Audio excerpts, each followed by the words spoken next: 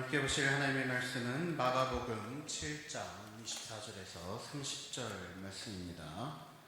신약성경 64페이지에 있는 마가복음 7장 24절에서 30절 말씀 제가 봉독하겠습니다.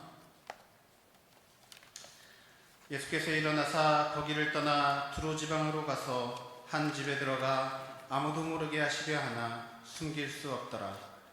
이에 더러운 귀신들이 어린 딸을 둔 한 여자가 예수의 소문을 듣고 곧 와서 그 발 아래에 엎드리니 그 여자는 헬라인이요 수로보니게 족속이라. 자기 딸에게서 귀신 쫓아내 주시기를 간구하거늘 예수께서 이르시되 자녀로 먼저 배불리 먹게 할지니 자녀의 떡을 취하여 개들에게 던짐이 마땅치 아니하니라. 여자가 대답하여 이르되 주여 올소이다마는 상 아래 개들도 아이들이 먹던 부스러기를 먹나이다. 예수께서 이르시되 이 말을 하였으니 돌아가라. 귀신이 내 딸에게서 나갔느니라 하시매 여자가 집에 들어가 본즉 아이가 침상에 누웠고 귀신이 나갔더라. 아멘. 샬롬. 오늘도 은혜를 사모하여서 주님 앞으로 나오신 여러분 모두를 주님의 이름으로 축복합니다. 이 시간 말씀 들을 때 하나님이 주시는 생각과 감정으로 가득 채워지고 또 결단하며 들어가는 시간 될 수 있기를 간절히 소원하며 축복합니다. 지난주까지 저와 여러분은 유대인들이 포로로 끌려갔던 이 바벨론 제국 그리고 페르시아 제국 때의 유대인들의 이야기였던 에스라, 느헤미야, 에스더, 스가랴 그리고 다니엘서 말씀을 살펴보았습니다. 특히 다니엘 말씀을 통해서는 유대인들이 다시 예루살렘으로 돌아간 이후에 하나님께서 그 세상을 어떻게 이끌어 가실 것인지 다니엘에게 환상을 통해서 미래에 있을 일들을 알려주시고 또 마지막 때에는 어떠한 일들이 있을 것이다 알려주시는 것을 살펴보았습니다. 예루살렘으로 다시 돌아온 유대인들은 이후 여러 가지 국제 정세에 맞추어서 때로는 나라를 점령당하기도 하고 때로는 다시 독립하기도 하면서 유대의 마지막 선지자였던 말라기 때로부터 약 400년 동안의 혼란스러운 시기를 맞이하게 됩니다. 이때를 구약과 신약의 중간 시기라고 해서 신구약 중간기라고 부르기도 하고 또는 암흑시대 또는 침묵시대라고 부르기도 합니다. 침묵시대인 이유는 하나님께서 더 이상 선지자를 보내어 말씀하지 않으셨기 때문입니다. 그러다가 세례 요한의 등장으로 다시 하나님께서 백성들에게 메시지를 전해주시는 이 선지자의 활동이 재개되기 시작했고 또 예수님의 등장으로 말미암아 우리 인간들을 향한 하나님의 새로운 언약의 시대인 신약 시대가 시작이 되었습니다. 여기서 이미 유추하셨겠지만 구약은 오래된 언약, 신약은 새로운 언약을 뜻하는 것입니다. 당시 세계 정세는 이와 같았습니다. 먼저 페르시아 제국이 알렉산더 대왕의 마케도니아 제국에게 멸망을 당하고 납니다. 그 이후 요절한 알렉산더 대왕의 뒤를 이어서 4명의 장군들이 이 마케도니아 제국, 이 헬라 제국을 4등분하여서 다스리기 시작합니다. 먼저 그리스 본토의 카산더, 마케도니아 지역의 니시마쿠스, 이집트의 프톨레미, 그리고 터키, 시리아, 페르시아 지역을 다 아우르는 넓은 지역을 통치한 셀류쿠스, 이렇게 4명의 장군들이 헬라 제국을 나누어서 다스리기 시작합니다. 이 과정에서 예루살렘이 있던 가나안 지역은 이집트의 프톨레미 왕조와 또 시리아의 셀류쿠스 왕조 사이에서 이 영토 분쟁의 피해자가 됩니다. 그래서 150년의 기간 동안 많은 피해를 입게 됩니다.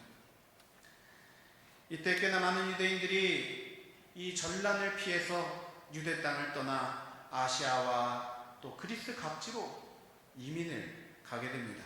그래서 헬라인들의 도시에서 유대인 공동체를 이루며 살아가기 시작합니다. 이것을 우리가 오늘날 디아스포라 시대라고 부릅니다. 이들은 훗날 사도 바울이 아시아와 그리스 각 도시들을 다니면서 복음을 전파한 그 대상들이 됩니다. 참고로 여기서 아시아라고 하는 것은 소아시아, 당시 유럽인들이, 지중해 사람들이 이 터키와 시리아 지역을 일컫는 말이 바로 아시아였습니다. 훗날 로마가 헬라인들의 나라들을 모두 점령하면서 유대 땅의 주인은 또다시 바뀌게 됩니다. 이 과정에서 하나님은 당신의 백성에게 약속하셨던 메시아, 그 구세주를 보내시기 위해서 먼저 선지자 세례 요한을 보내주시고 곧바로 그의 아들이신 예수님을 보내주셨습니다. 앞서 살펴보았던 아시리아, 바벨론, 페르시아의 시대를 지나 헬라 시대, 그리고 이제 로마 시대가 되어서 하나님께서는 더 이상 선지자가 아니라 하나님의 아들이신 예수님을 보내주셔서 진리를 깨닫게 해주셨습니다. 그 말씀들에 대한 이야기가 바로 저와 여러분이 앞으로 살펴볼 신약의 말씀들이고, 또 이 말씀들을 통해서 저와 여러분의 믿음이 더욱더 한층 성장하기를 소원합니다. 오늘 보신 본문 말씀인 마가복음 7장 24절에서 30절 말씀은 성경에 보면 작게 소제목이 적혀 있는 것을 볼 수 있습니다. 바로 수로보니게 여자의 믿음이라는 소제목이 붙어 있는데요. 여기서 말하는 이 수로보니게라는 곳은 바로 이곳을 말하는 것입니다. 수로보니게란 수로 그리고 보니게, 이 두 지명을 합친 단어입니다. 수로는 시리아를 뜻하는 것이고, 보니게는 두로와 시돈으로 우리가 잘 알고 있는 이 페니키아라고 하는 나라를 뜻하는 것입니다. 즉 수로보니게란 명칭은 시리아 땅에 있는 페니키아 지방의 사람이다, 이런 뜻이라고 할 수 있겠습니다. 오늘 본문 24절 말씀을 보면 예수께서 일어나사 거기를 떠나 두로 지방으로 가서라고 하였습니다. 예수님께서 어딘가를 떠나서 두로 지방으로 가셨다는 말입니다. 우리가 흔히 알고 있는 예수님의 활동 지역은 과연 어느 곳입니까? 바로 갈릴리 지역입니다.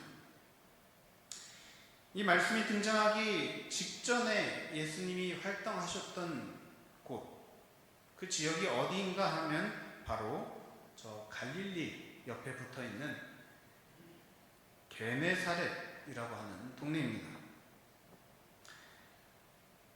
이때 있었던 일은 너무나도 유명한 사건인 오병이어 사건과 또 예수께서 물 위를 걸으신 사건입니다.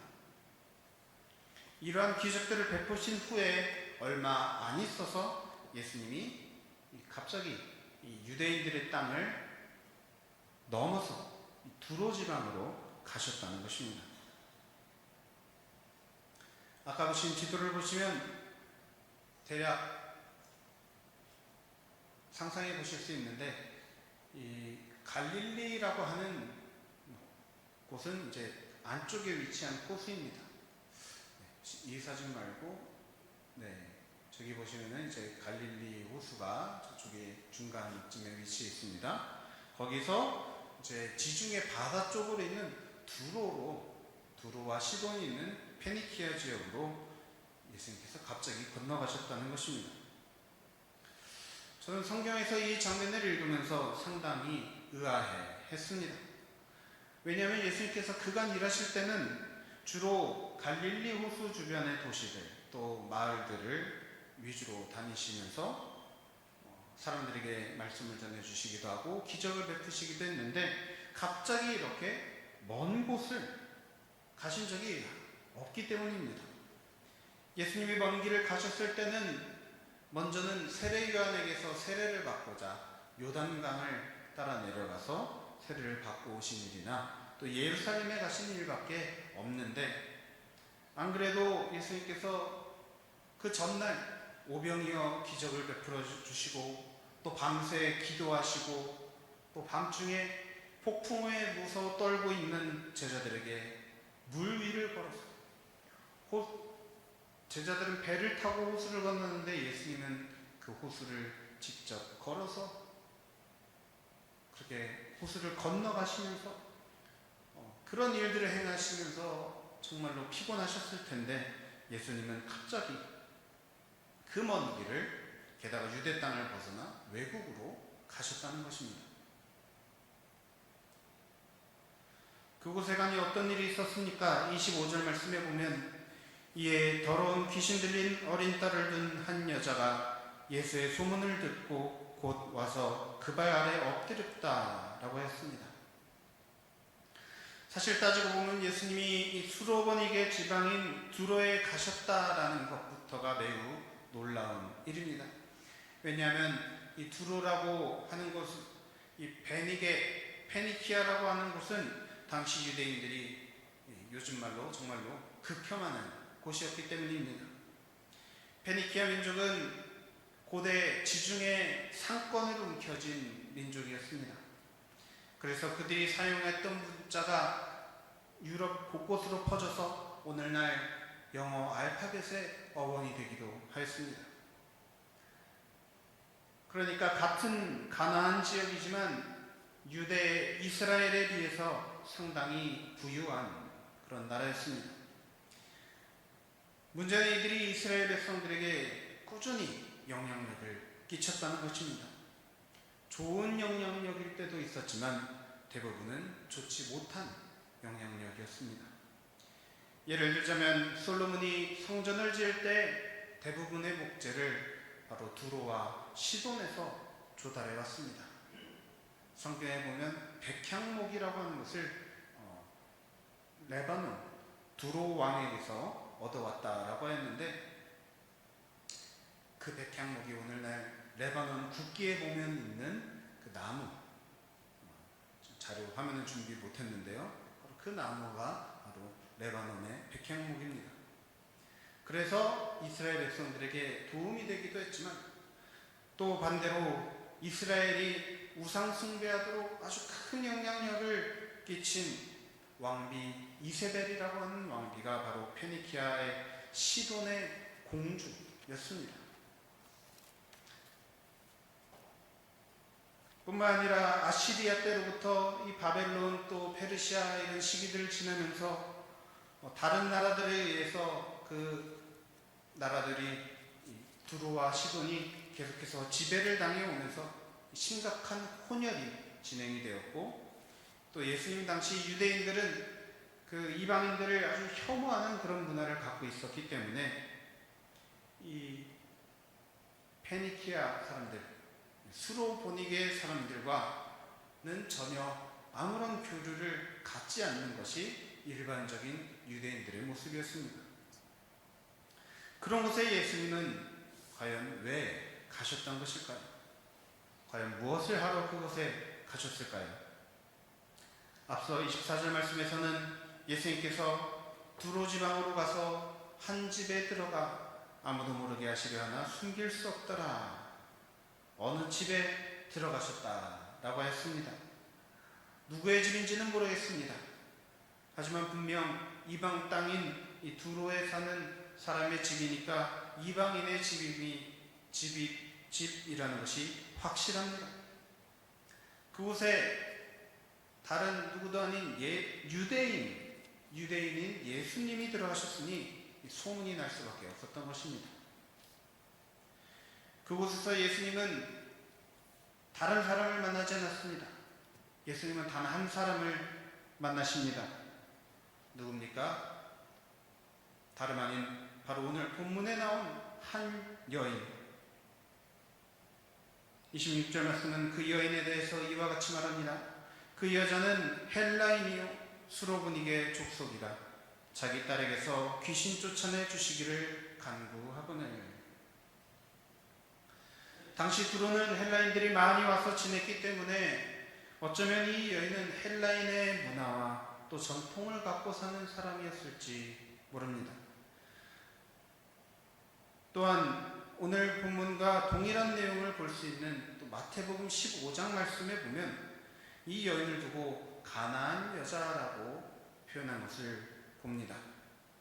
이것을 보아서 헬라인의 혈통이나 문화를 갖고 있는 가나안 여인이었을 것이라고 추측해 볼 수 있겠습니다.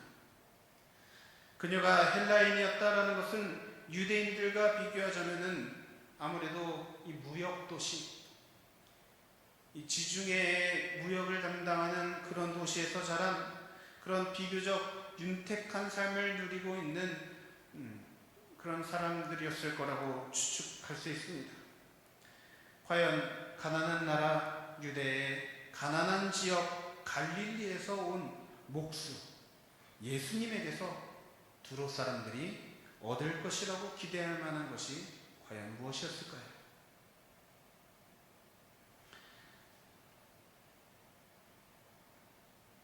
사람들은 말합니다. 만약 예수님께서 오늘날 우리가 살아가는 이 땅에 오신다면 아무도 예수님을 찾지 않을 것이다. 모든 것이 윤택하게 있기 때문에 필요한 것이 예수님보다 다른 것들을 더 필요로 하는 이들밖에 없기 때문에 예수님이 오시더라도 예수님을 찾지도 않고 알아보지도 못할 것이다 말하는 이들이 많이 있습니다. 바로 이 두로라고 하는 곳이 그와 같은 곳이었습니다. 예수님을 전혀 필요로 하지 않을 것 같은 곳에 찾아가셨습니다. 그 이유는 바로 그곳에 예수님을 너무나도 간절히 필요로 하는 한 여인이 있었기 때문이었습니다. 그 여인을 만나러 예수님은 먼 길을 걸어서 이방 땅 두로까지 찾아오셨습니다. 그리고 그 여인은 자신을 만나러 오신 예수님을 만나 기도의 응답을 받았습니다. 여러분, 이 얼마나 놀라운 구원의 사건입니까? 예수님은 이 수로버니게 여인, 이 여인을 만나고자 그 멀리까지 오셨던 것처럼 예수님은 오늘날 저와 여러분을 만나기 위해서도 친히 만나러 와주시는 분이신 줄 믿으시기 바랍니다. 아멘. 예수님께서 친히 만나러 와주셨다니 얼마나 감격스러운 사건입니까? 그리고 나서 예수님의 행보를 보면 더 감동적입니다.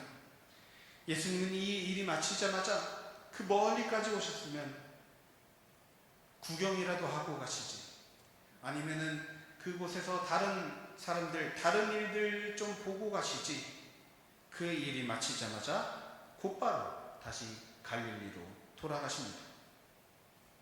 고작 한 여인, 이 이방 여인을 만나기 위해서 예수님은 그 먼 길을 가신 것입니다. 과연 어떻게 이런 일이 일어날 수 있었는지 그 내용을 조금 더 자세히 살펴보기 원합니다. 예수님께서 두로 지방에 오셨다는 것이 사람들에게 알려지자 그 소문을 듣고 이 여인은 예수님을 찾아왔습니다.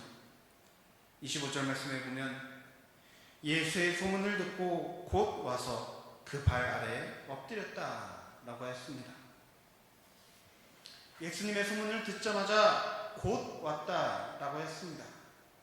여기서 곧이라고 번역된 유디스라고 하는 헬라어는 즉시, 곧바로라는 뜻도 갖고 있지만 곧다, 진실되다라는 뜻도 갖고 있습니다. 즉 이것은 그녀의 그 마음의 자세가, 태도가 어떠했는지를 말해주는 단어입니다. 그녀는 예수님의 소문을 듣고 그 즉시 예수님을 향해 이 소망의 마음을 품고 곧게 달려와서 진실된 마음으로 예수님 앞에 엎드렸습니다. 다른 데 신경 팔리지 않고 온통 마음을 오직 예수님께만 두고 곧장 달려왔다는 것입니다. 이는 그만큼 그녀의 상황이 녹록지 않았다는 것을 예상케 합니다. 그녀가 요청한 그녀의 그 딸의 상황이 예수님이 오셨다는 소식을 듣고도 천천히 움직여서 느지막하게 출발하거나 가면서 중간에 다른 볼일 보러 왔다가 그럴 만한 상황이 아니라 모든 것을 제쳐놓고 오직 예수님을 만나러만 달려올 정도로 심각한 상황이었다는 것을 말해줍니다. 또한 상황이 그랬을 뿐만 아니라 그녀의 마음 상태가 이제는 정말로 예수님 외에는 다른 방도가 없다. 이제는 예수님이 아니시면은 아무런 희망이 없다라는 그런 마음의 간절함, 그 소망을 품고 예수님 앞에 나온 것으로 보입니다. 이 여인은 곧장 예수님께 달려와서 그 발 아래 엎드려 간절히 구했습니다. 자신의 딸에게서 귀신을 쫓아내달라고. 여기서 발 아래 엎드렸다라는 말은 우리가 이렇게 서 있으면 또는 앉아 있으면 어떻게 그 발 아래에 엎드릴 수 있겠습니까? 이것은 당시 이 중동 사람들이 갖고 있었던 풍습을 이해할 수 있습니다. 이 당시 중동인들은 집안에 들어가면은 오늘날처럼 이런 의자, 발을 땅에 붙이는 의자에 앉아있기보다는 오늘날 우리가 집에 가서 신발을 벗고 거실에 가서 TV 앞에 소파에 어떻게 있습니까? 아주 편하게 있을 때 어떻게 하죠? 발을 이렇게 올리고 옆으로 이렇게 사선으로 누워있죠. 그런 식으로 반쯤 누운 채로 지내면서 식사도 하고 대화도 나누고 했다고 합니다.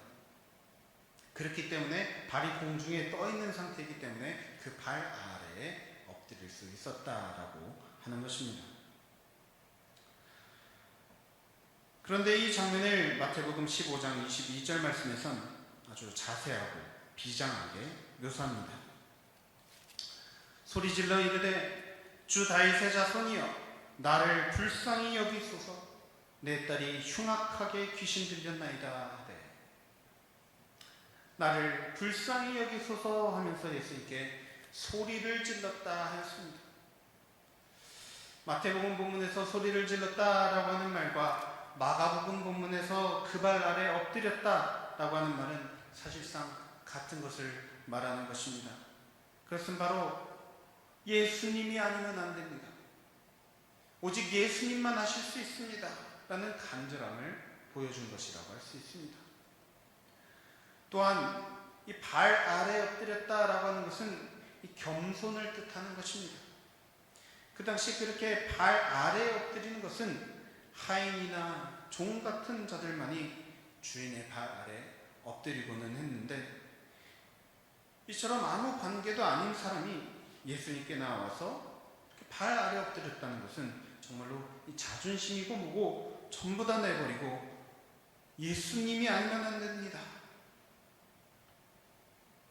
예수님만 나를 도와주실 수 있습니다 하고 예수님이 베풀어 주실 그 은총에 목숨을 거는 모습이었다라고 할 수 있겠습니다.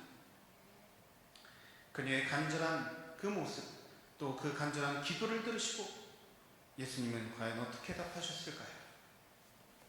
27절 말씀에 보면 예수께서 이르시되 자녀로 먼저 배불리 먹게 할지니 자녀의 떡을 취하여 개들에게 던짐이 마땅치 아니하니라 라고 답하셨습니다.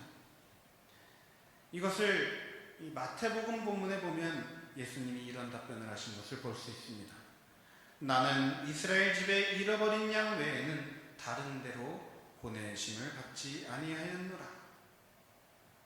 즉 예수님이 말씀하신 자녀를 위해서 보냄받았다라는 것은 바로 이스라엘 자손들을 말하는 것이고, 또 그렇다라고 하는 것은 개들, 예수님이 말씀하신 개들은 바로 이스라엘 자손 외의 사람들, 바로 이방인들을 말하는 것입니다. 자신을 향해서 개라고 말씀하시는 그 예수님을 바라보면서 그 여인의 표정이 과연 어땠을까요? 만약 예수님께서 여러분에게 이와 같이 말씀하신다면 여러분은 어떻게 반응하시겠습니까? 에이씨, 더러워서 못하겠다.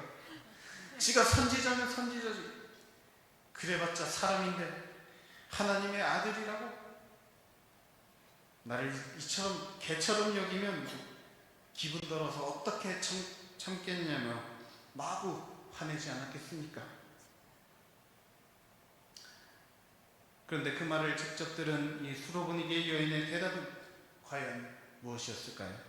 28절 말씀입니다. 여자가 대답하여 이르되 주여 옳소이다. 나는 상아래 개들도 아이들이 먹던 부스러기를 먹나이다. 개들도 아이들이 먹던 부스러기를 먹는다 라고 했습니다. 당신이 나를 개라고 불러도, 그래서 개한테는 좋은 음식을 줄 마음이 없을지라도 자녀들에게 주는 그 음식의 부스러기만이라도 먹을 수 있게 해준다면, 그것만이라도 얻을 수 있다면 나는 만족하겠습니다 하고 고백하고 있는 것입니다. 이것이 말하는 것이 무엇입니까? 그 정도로 절박하다는 겁니다. 그 정도로 간절하다는 겁니다. 그 정도로 나에게는 당신이 아니면 안 된다는 겁니다 하고 예수님께 간구하고 있는 것입니다. 여러분, 과연 여러분은 이런 마음으로 신앙생활하고 계십니까? 예수님이 아니면 안 된다는 그런 간절함으로 신앙생활을 하고 계십니까? 그 발 아래 엎드려서 나를 불쌍히 여겨 주옵소서, 개들도 아이들이 먹던 부스러기를 먹나이다 하면서 그 아주 작은 부스러기 같은 은혜라도 베풀어 주시기를 바라는 그런 간절한 마음으로 신앙생활하고 있냐는 것입니다. 에이, 뭐 그거를 주워 먹어 하면서 예수님이 정말 큰 은혜 주시는 것만 기다리지, 작은 은혜, 부스러기 같은 것은 줘도 안 받아, 그런 마음으로 살아가고 있는 것은 아닙니까? 여러분, 이러한 간절한 마음이 아니면 우리는 결코 예수님을 우리 삶의 구세주로 모시지 못합니다. 오늘 본문 속 수로보니게 여인이 예수님의 그 발 아래 엎드려서 이 수치스러운 모욕을 당하면서도 화내거나 뒤돌아서지 않고 끝까지 예수님을 붙들 수 있었던 까닭은 바로 그녀가 오직 주님만이 나를 구원해 주실 수 있는 분이라, 오직 주님만이 나의 딸을 고쳐주실 수 있는 분이라고 굳게 믿었기 때문입니다. 만약 다른 방법이 있고 뭐 어디 용하다는 그런 의원이 어디 있는데 그런 소문을 들었다면 어쩌면은 그녀는 예수님 앞에서 이처럼 비굴하게 있지 않았을지도 모릅니다. 저기 또 용하다는 사람이 있는데 이처럼 무례한 말을 내 앞에서 하면 아마도 예수님께 욕을 퍼부으며 그 자리를 떠났겠죠. 하지만 그녀는 너무나도 잘 알고 있었습니다. 더 이상 아무런 소망이 없다는 것을, 다른 의사, 다른 방법이 없고 이제는 오직 예수님 한 분밖에 없다는 것을 너무나도 잘 알고 있었기 때문에 예수님이 어떻게 반응하시더라도 그녀는 예수님을 절대로 놓치지 않으려고 했던 것입니다. 이는 저와 여러분이 예수님을 어떻게 붙잡아야 하는지를 말해주는 모습이라고 할 수 있겠습니다. 만약 여러분에게 오늘 저녁 급한 일이 생겨서, 예를 들어서 만약에 여러분의, 그런 일은 생기면 안 되니까 말하지 않겠습니다만은 급한 일이 생겨서 부산을 가야 하는데 부산까지 가는 기차가 이제 막차밖에 남지 않은 상황에서 여러분이 기차표를 사러 가서 표를 사려고 하는데 직원이 조금 기분 나쁘게 말했다고 막차 타는 것을 포기하고 그 앞에서 그 직원과 싸우느라 기차 타는 것을 포기하시겠습니까? 아니죠. 기분이 나쁜 건 나쁜 거고 무슨 일이 있어도 막차를 잡아 타야죠. 막차를 놓치면 절대로 오늘 내로 부산을 갈 수가 없습니다. 그러면 큰일이 난다는데 그 앞에서 자존심이 무슨 소용이고 기분이 무슨 상관입니까? 화가 나면 일단 기차 잡아 타고 안에서 화내면 됩니다. 기차를 놓치면서까지 화낼 것이 없다는 것이죠. 마찬가지로 예수님만이 우리를 구원해 주실 수 있다는 것을 우리가 정말로 믿는다면 우리는 예수님 앞에서 이 자존심을 내세울 것도 화를 낼 것도 또 서운하다고 토라질 것도 없습니다. 오직 과연 나는 예수님을 간절히 구하고 있는가? 오직 예수님만을 나의 구원자로 여기고 내 삶의 문제들의 해결책으로 여기면서 살아가고 있는지 우리 스스로에게 물어야 할 것입니다. 예수님께 나와서 신앙생활을 하면서 예수님 말고도 다른 것들로도 이 구원에 필적하는 좋은 것들이 있지는 않을까? 이 두리번거리면서 신앙생활하다가는 그래서 예수님이 아직도 우리에게 필요한 유일한 분이라는 것을 깨닫지 못한다면 우리가 구원은 이미 다 잡았다라고 생각하고 안일하게 살아가다가는 그 구원을 놓치게 될 수도 있다는 것을 좀 기억하시기 바랍니다. 여러분, 이 수로보니게 여인은 개들도 아이들이 먹던 부스러기를 먹나이다 라고 하면서 부스러기라도 주시기를 구하였다는 것을 기억하시기 바랍니다. 그녀에겐 예수님이 주시는 은혜는 부스러기라 할지라도 이미 충분히 차고 넘친다라는 그 믿음이 있었습니다. 은혜의 부스러기조차 귀하게 여기는 마음이 있었다는 것입니다. 과연 이런 마음이 저와 여러분에게도 있습니까? 이것으로는 만족하지 못합니다. 이것만으로는 행복할 수 없습니다 하면서 주님이 주신 은혜들을 부족한 것으로 여기는 그런 태도가 있지는 않은지 오늘 우리 스스로를 돌아볼 수 있기를 바랍니다. 수로보니게 여인이 이처럼 대답하자 마태복음 그 본문에서는 예수님께서 이렇게 답을 하십니다. 여자여, 내 믿음이 크도다. 내 소원대로 되리라 하시니 그때로부터 그의 딸이 나으니라. 여인은 예수님께 부스러기라도 달라고 간구했습니다. 그러자 예수님은 내 믿음이 크도다 하고 답하셨습니다. 이 여인은 부스러기, 아주 작은 것을 말했습니다. 그러자 예수님은 네 믿음이 크다. 주님께서 주시는 은혜의 부스러기조차 충분하고 귀하다라고 여기는 믿음이 하나님의 입장에서 얼마나 귀하고 큰 믿음인지 이처럼 말씀하신 것입니다. 우리는 신앙생활하면서 큰 믿음 달라고 기도하곤 합니다. 그런데 이 큰 믿음이 다른 것이 아닙니다. 바로 이처럼 작은 것도 충분히 여기는 마음, 작은 은혜라도, 부스러기 같은 은혜라도 족하다라고 여기는 그런 마음을 통해서 하나님께서 우리에게 큰 믿음이라고 불러주신다는 것을 오늘 말씀을 통해서 깨닫습니다. 이 수로보니게 여인의 마음속에는 예수님이 가득했습니다. 예수님이 어떤 분이신지, 또 예수님이 어떤 것을 행해 주실지, 예수님이 주실 은혜가 얼마나 놀라운 것일지 그 마음 가운데 그 소망하는, 기대하는 마음 가득한 상태로 주님 앞에 나와서 그 발 아래 엎드렸다는 것입니다.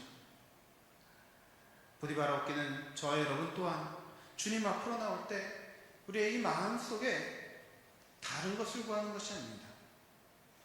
예수님만으로 가득한 마음, 간절한 마음, 오직 예수님만이 참 길이요 진리요 생명 되심을 조금도 의심하지 않고 무엇을 주시든 감사함으로 부스럭이라도 나에게 차고도 넘칩니다 라고 믿고 그것을 구하면서 살아가는 성도 여러분 모두들 되시길 간절히 소원합니다. 그래서 이 여인처럼 주님 앞에 주님의 종입니다 하면서 그 발 아래 엎드릴 때 오히려 예수님께서 내 믿음이 크도다 하면서 칭찬하시며 우리에게 필요한 것이 무엇이든 그것보다도 우리가 필요한 것보다도 우리가 기도한 것보다도 우리가 요청한 것보다도 더욱더 넘치게 채워주시는 그러한 은혜를 경험하는 복된 신앙 살아갈 수 있게 되기를 우리 주 예수 그리스도의 이름으로 간절히 축원합니다. 함께 기도하시겠습니다. 사랑과 은혜가 충만하신 하나님 아버지, 오늘 말씀을 통해서 부스러기 같이 작아 보이는 은혜라 할지라도 하나님이 주시는 것이라면 우리에게는 너무나도 귀하고 족한 은혜라는 것을 깨닫게 하여 주시니 감사드립니다. 정말로 하나님을 그처럼 간절히 구하며 살아가고 있었는지, 정말로 예수님이 아니면 안 된다며 오직 예수님만을 간절히 구하고 살아가고 있었는지, 아니면 예수님 외에도 다른 방법이 많은 것 같다며 예수님에 대한 간절함 없이 살아가고 있지는 않았는지 우리 자신의 모습을 시간 되돌아보니 주님, 우리의 마음을 살펴주시고 주님을 향한 간절한 마음을 품을 수 있도록 인도하여 주시옵소서. 오직 주님만 구하는 인생 되게 하여 주옵소서. 주님만 구하고 주님만으로 만족하는 인생 되게 하여 주옵소서. 그래서 주님만 간절히 구하고 그 부스러기 은혜로도 만족하며 살아가려고 주님 앞에 바짝 엎드려서 기도할 때 날마다 주님께 칭찬받고 주님의 응답하심을 경험하며 살아가는 그러한 복된 인생 될 수 있도록 인도하여 주옵소서. 감사드리며 이 모든 것을 지금도 살아계셔서 우리 안에서 역사하고 계시는 우리 주 예수 그리스도의 이름으로 간절히 기도드립니다. 아멘.